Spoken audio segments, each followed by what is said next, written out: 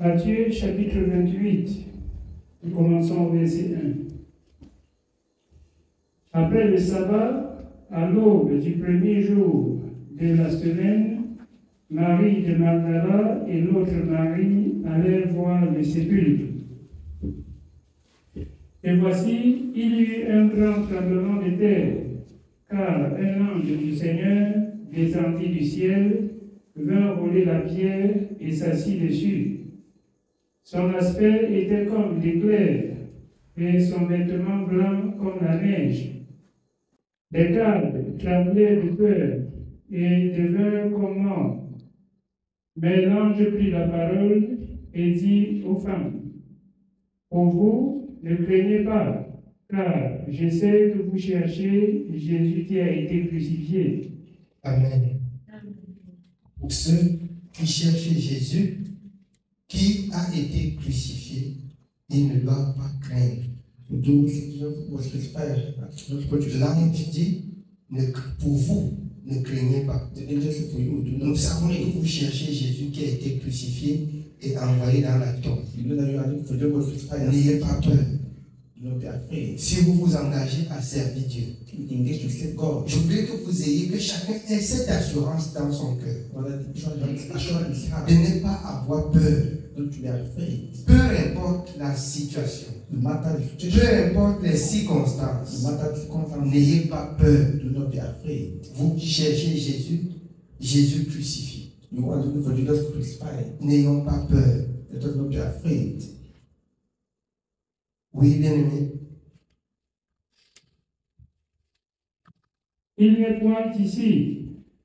Il est ressuscité comme il l'avait dit. Venez, voyez le lieu où il était couché, et allez promptement dire à ses disciples qu'il est ressuscité des morts.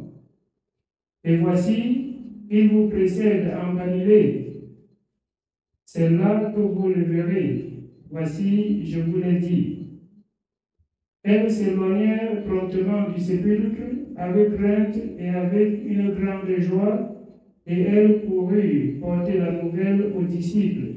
Celui qui a de l'assurance, qui croit et qui est convaincu que Jésus est ressuscité, que Jésus vit, que Jésus est au trône, et que dans ton travail, dans le service, c'est pour le rejoindre au trône. Celui-là ne doit plus avoir peur. Celui-là doit être armé de courage et de force. Je parle ici de ceux qui, bien aimés, sont persécutés. Alors, après que Jésus avait été crucifié, ils ont cru qu'il devait disperser les disciples, dissoudre l'église. Et cette image que les gens portent encore aujourd'hui, si bien qu'un peu de partout, on sait que si on le détruit, c'est que l'œuvre-là est détruite. Si pour détruire l'œuvre-là, il faut qu'il parte sur le trône détruire Jésus. Si on le détruit, ça va continuer. Comme ils n'ont pas pu détruire Jésus, cette œuvre va seulement continuer. Armez-vous de cette courage et de ce pensée. Comme notre bien-aimé, aujourd'hui, dans l'échange, elle m'a dit, la dernière fois, la parole que tu m'as donnée, je n'ai plus peur. J'ai le courage, ça m'a donné le courage. J'étais comme tremblant, mais quand tu m'as donné la parole, là, ça m'a donné de force. On a dit qu'on va la répudier du mariage, qu'on va la chasser du mariage. Elle dit que ici, juste ici, je n'ai pas de problème. Qui fait ce qu'il veut. Je lui ai dit dimanche, d'abord, je vais à l'église. Mais c'est la parole là qui donne le courage. C'est la parole là qui donne la force. Je lui ai dit, il faut venir. Si il a dit que si tu pars, même avec les mains, je vais te taper. J'ai dit que notre Dieu est bon.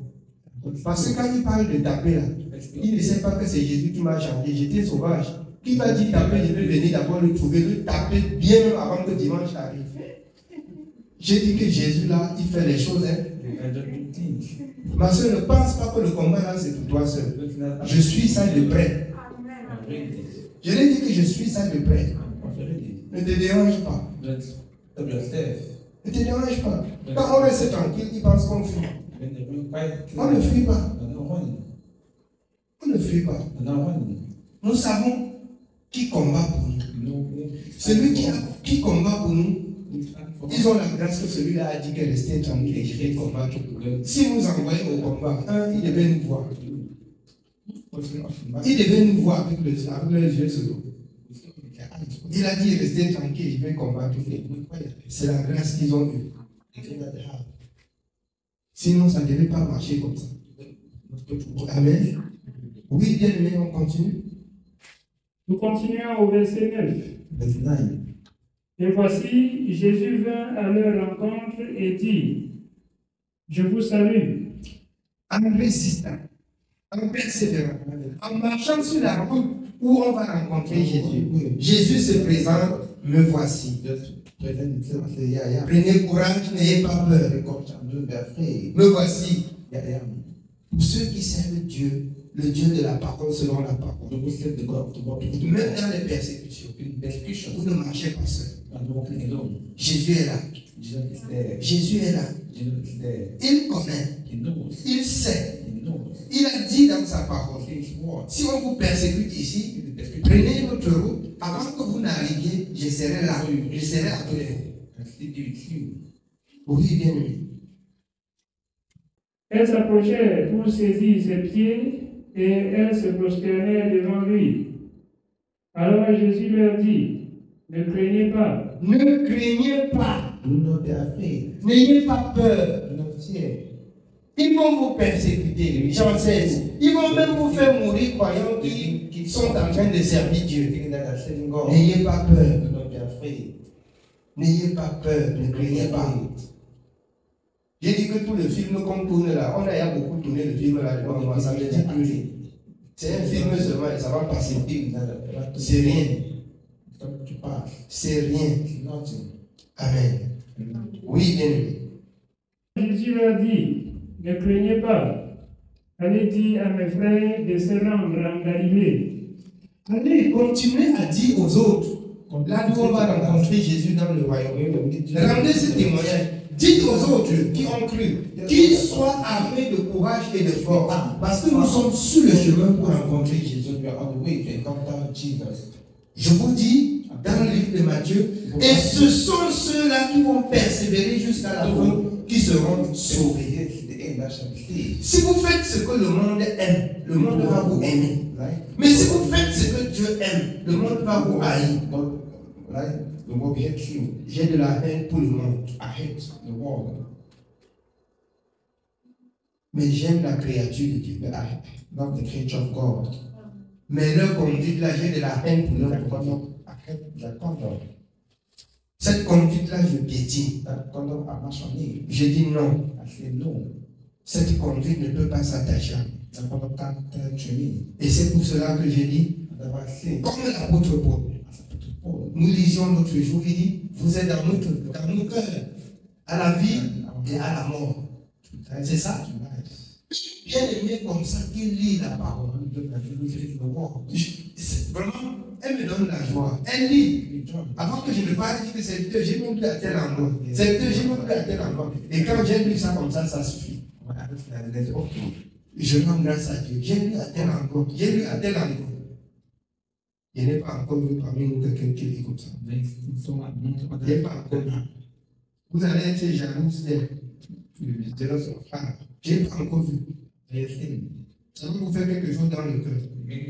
Mais j'ai trouvé en elle la lecture. Elle m'a même dit qu'on a pris son livre.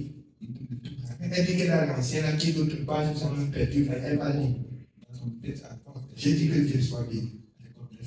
Dieu va te donner toutes les possibilités pour le connaître. Il dit que l'autre est déjà dans mon cœur et dans mon esprit. On ne peut pas remettre l'autre. Je lui ai dit, c'est une parole de Dieu écrite. C'est Hébreux 10, verset 16. Elle dit, avant, j'ai dit, lis. Elle dit, Amen. J'ai dit, alors la parole de Dieu nous enseigne de méditer comme ça pour retenir ce qui est de la parole par l'esprit. Afin qu'au moment où nous avons besoin de la parole, l'esprit prend ce que nous avons médité dans l'esprit pour nous donner. Parce dans Jean 8, 16, l'Esprit nous aide. Amen. L'Esprit nous aide à intercéder pour nous. L'Esprit nous aide à prier même pour nous. L'Esprit nous aide en nous conduisant, en nous donnant de comprendre les voies de l'Éternel. C'est pour cela que je vous exhorte. Ne jouez pas avec le Saint-Esprit. Ne l'attristez pas. C'est le sceau de la rédemption. C'est la signature et le cachet de Jésus. C'est la signature et le cachet de Jésus, le Saint-Esprit. Alors, nous avons échangé hier avec Jean Le Crédit, mais il a beaucoup crié au téléphone.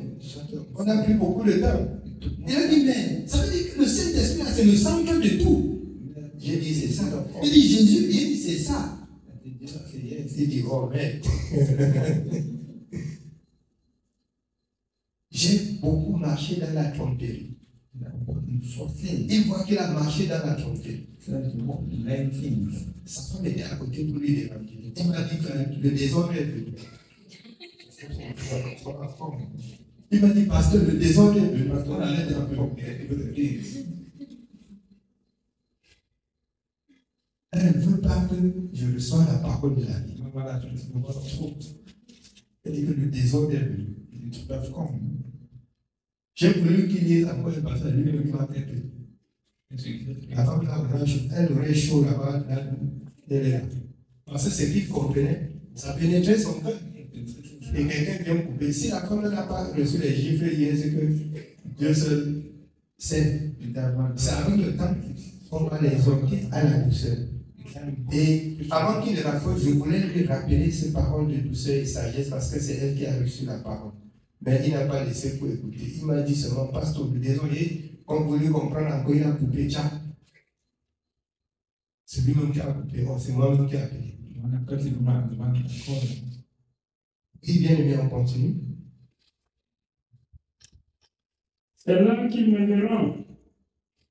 Pendant qu'elles étaient en chemin, quelques hommes de la garde entrèrent dans la ville et annoncèrent aux principaux sacrificateurs tout ce qui était arrivé.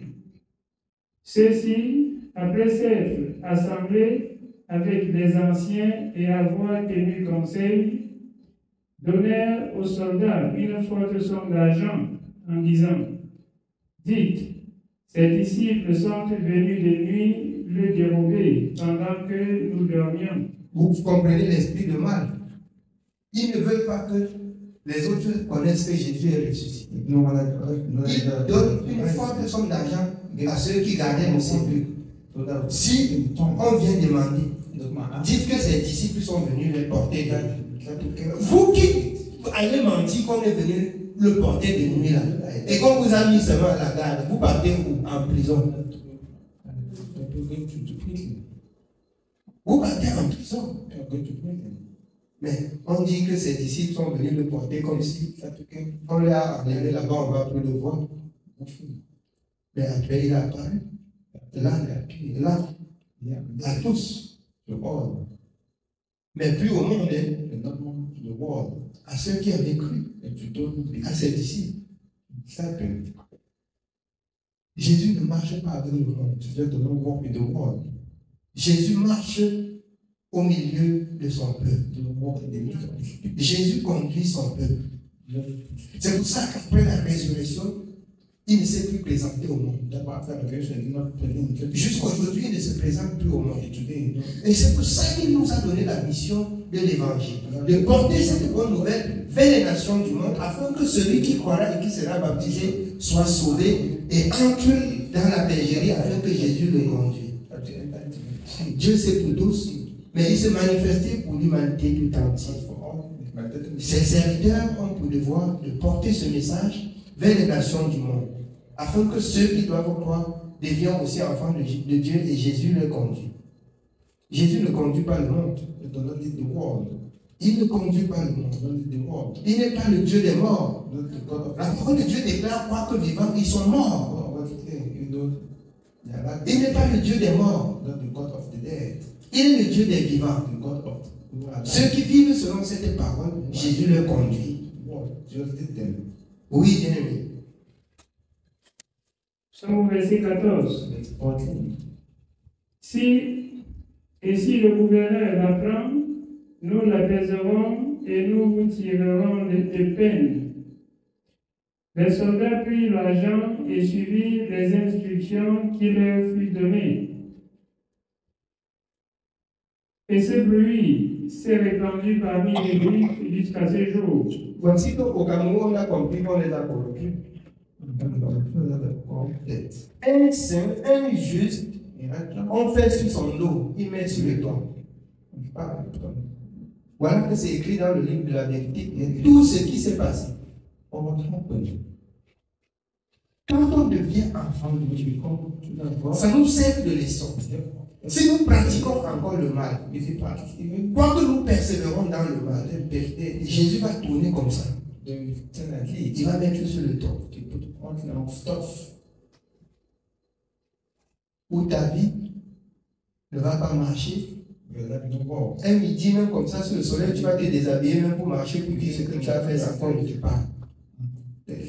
Parce que tu sens la vie te quitter. Pour ceux qui souffrent et qui sont abattus, la solution, c'est la repentance. La solution, c'est de dire la vérité. Sinon, vous allez errer jusqu'à mourir. La solution, c'est la repentance.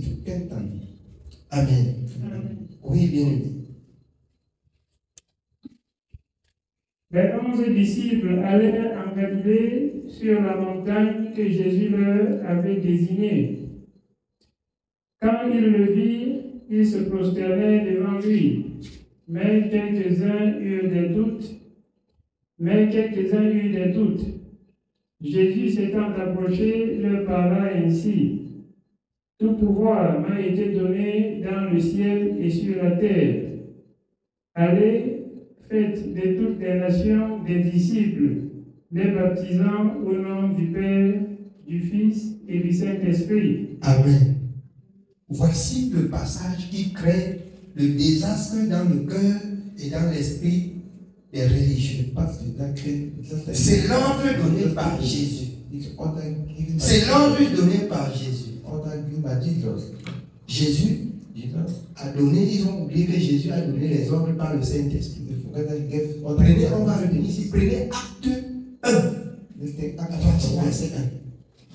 1. Vous allez comprendre l'accomplissement des ordres par le Saint-Esprit donné par Jésus dans acte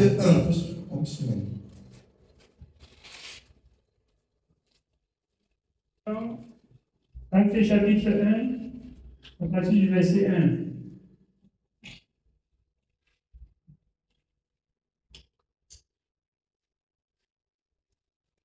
Acte chapitre 1, à partir du verset 1, il est écrit: Théophile, j'ai parlé dans mon premier livre de tout ce que Jésus a commencé de faire et d'enseigner dès le commencement jusqu'au jour où il fut enlevé au ciel, après avoir donné ses ordres par le Saint-Esprit aux apôtres qu'il avait choisis.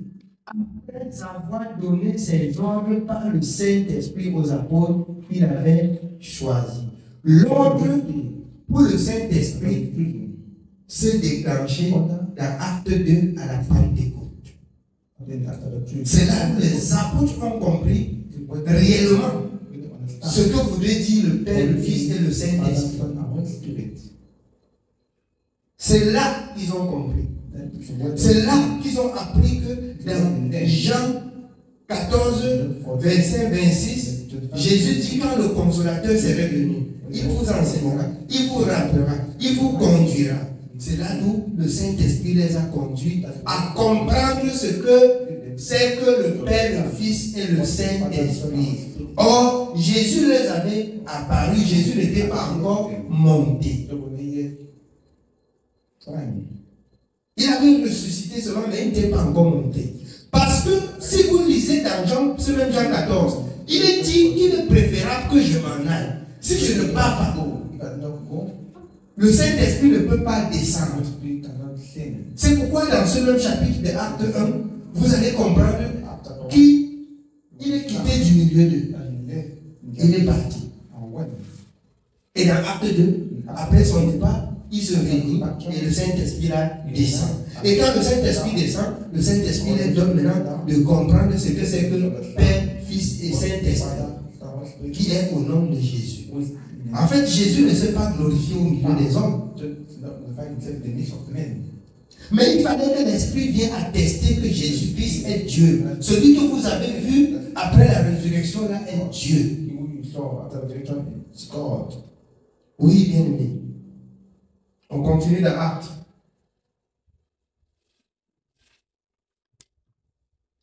Nous continuons au verset 3. Après qu'il eut souffert, il leur apparut vivant et leur en donna plusieurs preuves, se montrant à eux pendant 40 jours et parlant des choses qui concernent le royaume de Dieu. En fait, après la résurrection, Jésus n'est pas monté une fois parce qu'il fallait qu'il l'atteste aux disciples et qu'il leur montre aux justes que c'est lui, qu'il est ressuscité. Pour les donner d'avoir la confiance dans le cœur, pour les donner de comprendre et de connaître que réellement il est ressuscité. C'est pourquoi 40 jours il a passé à les instruire avant de partir pour faire venir le Saint-Esprit. Oui, bien aimé. Comme il se trouvait avec eux, il leur recommanda de ne pas s'éloigner de Jérusalem, mais d'attendre ce que le Père avait promis, ce que je vous ai annoncé, leur dit-il. Car Jean a baptisé d'eau, mais vous, dans peu de jours, vous serez baptisés du Saint-Esprit. Vous, dans peu de jours, vous serez baptisés du Saint-Esprit. Vous ne l'avez pas encore reçu. Mais quand vous allez le recevoir, il va vous dire qui je suis. Souvenez-vous, physiquement à Pierre, qui dit donc que je suis? Les disciples étaient embarrassés. Pierre, il a dit que tu es qui? Tu es le. Alors, il a dit à Pierre, ce n'est pas la chair qui t'a révélé cela, mais c'est l'Esprit. Et tu es Pierre, et sur cette pierre, je vais révéler encore qui je suis. C'est pour ça qu'à la Pentecôte, c'est par Pierre que la révélation commence. Vous allez, repentez-vous et recevez le pardon des péchés. Repentez-vous et soyez baptisés au nom de Jésus. Et vous recevrez le pardon du péché, le don du Saint-Esprit. Voilà là où l'Esprit est conduit. Et vous comprenez bien dans Acte que le baptême au nom du Père, du Fils et du Saint-Esprit, Jésus les a préparés. Mais il fallait que l'Esprit vienne leur ouvrir les yeux. Celui qui a parlé comme Fils, celui qui était au milieu de vous comme Esprit, celui qui est au milieu de vous représentant le Père. C'est pour cela que dans Jean 14, il dit à Philippe, Philippe lui dit, présente-nous le Père et cela suffit. Depuis longtemps, le Père est avec vous et vous ne connaissez pas. Mais il fallait qu'il quitte pour les donner, de comprendre par l'Esprit que Dieu les a visités. Il est venu charnellement et il est quitté en esprit. Dieu est esprit. Jean 4, ceux qui l'adorent, l'adorent en esprit et en vérité. C'est pour ça qu'il fallait que la chair là disparaisse et que l'esprit remonte et revient maintenant plus par la chair, mais revient maintenant esprit et incarne les autres. C'est pourquoi Jésus physiquement ne pouvait pas les incarner. C'est dur pour comprendre ça. Mais si on n'a pas reçu le Saint-Esprit, on ne peut pas comprendre ça. Voilà pourquoi le monde et la religion s'égarent. Il se dit que je suis fils de Dieu. C'est vrai, dans la chair, il est fils. Parce qu'en ce moment, il est comme toi et moi. Il est fils. Mais Pierre a Philippe, il faudrait les préparer. Que quand le consolateur va venir, n'utilisez plus le langage là. Parce que le langage que le consolateur va venir vous donner, c'est ce langage-là que vous allez utiliser. Vous sauriez que vous avez vu le Père. Vous sauriez que vous avez vu le Fils. Vous sauriez que vous avez vu le Saint-Esprit. Vraiment, si on n'est pas spirituel, on ne peut pas comprendre ça.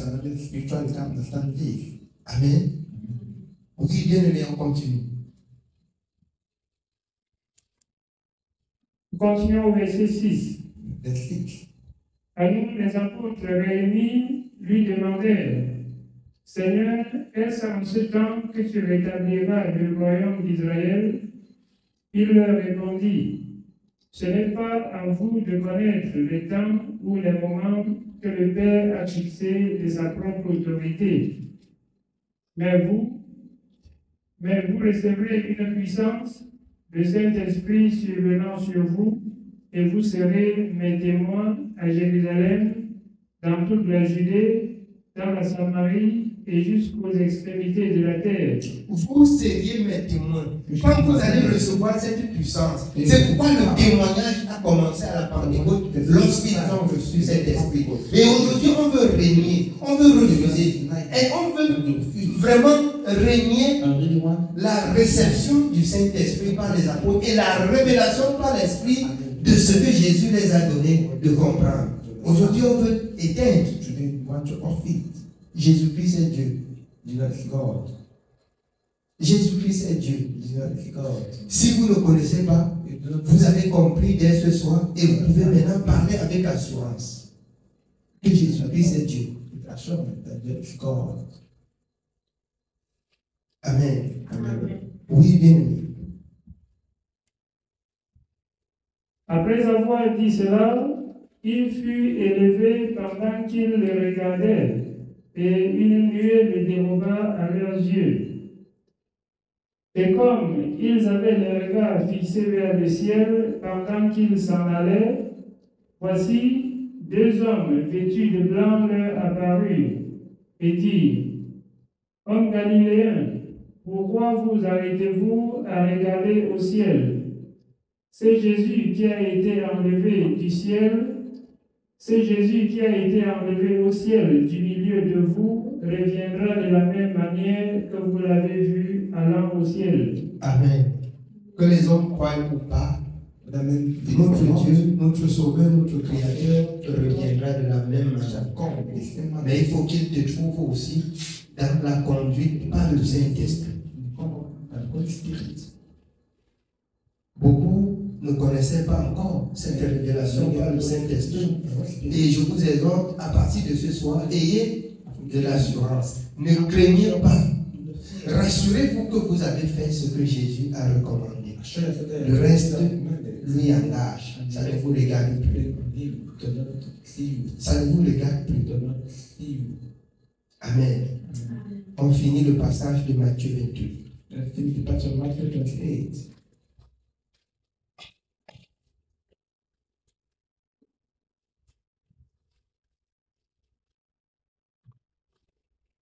Nous sommes au verset 19. Matthieu 28. Allez, faites de toutes les nations des disciples, des baptisants au nom du Père, du Fils et du Saint-Esprit, et enseignez-leur à observer tout ce que je vous ai prescrit. Et voici, je suis avec vous tous les jours jusqu'à la fin du monde. Amen. Je suis avec vous tous les jours jusqu'à la fin du monde. Mais les incrédules au dehors va dire qu'il est où? Celui qui a reçu le Saint-Esprit l'a reçu. C'est pourquoi je vous exhorte, ne recevez plus le Saint-Esprit au fond de la semaine. Le Saint-Esprit. Marchez par l'Esprit, je l'a dit, et vous n'accomplirez plus les désirs de la chair. Amen.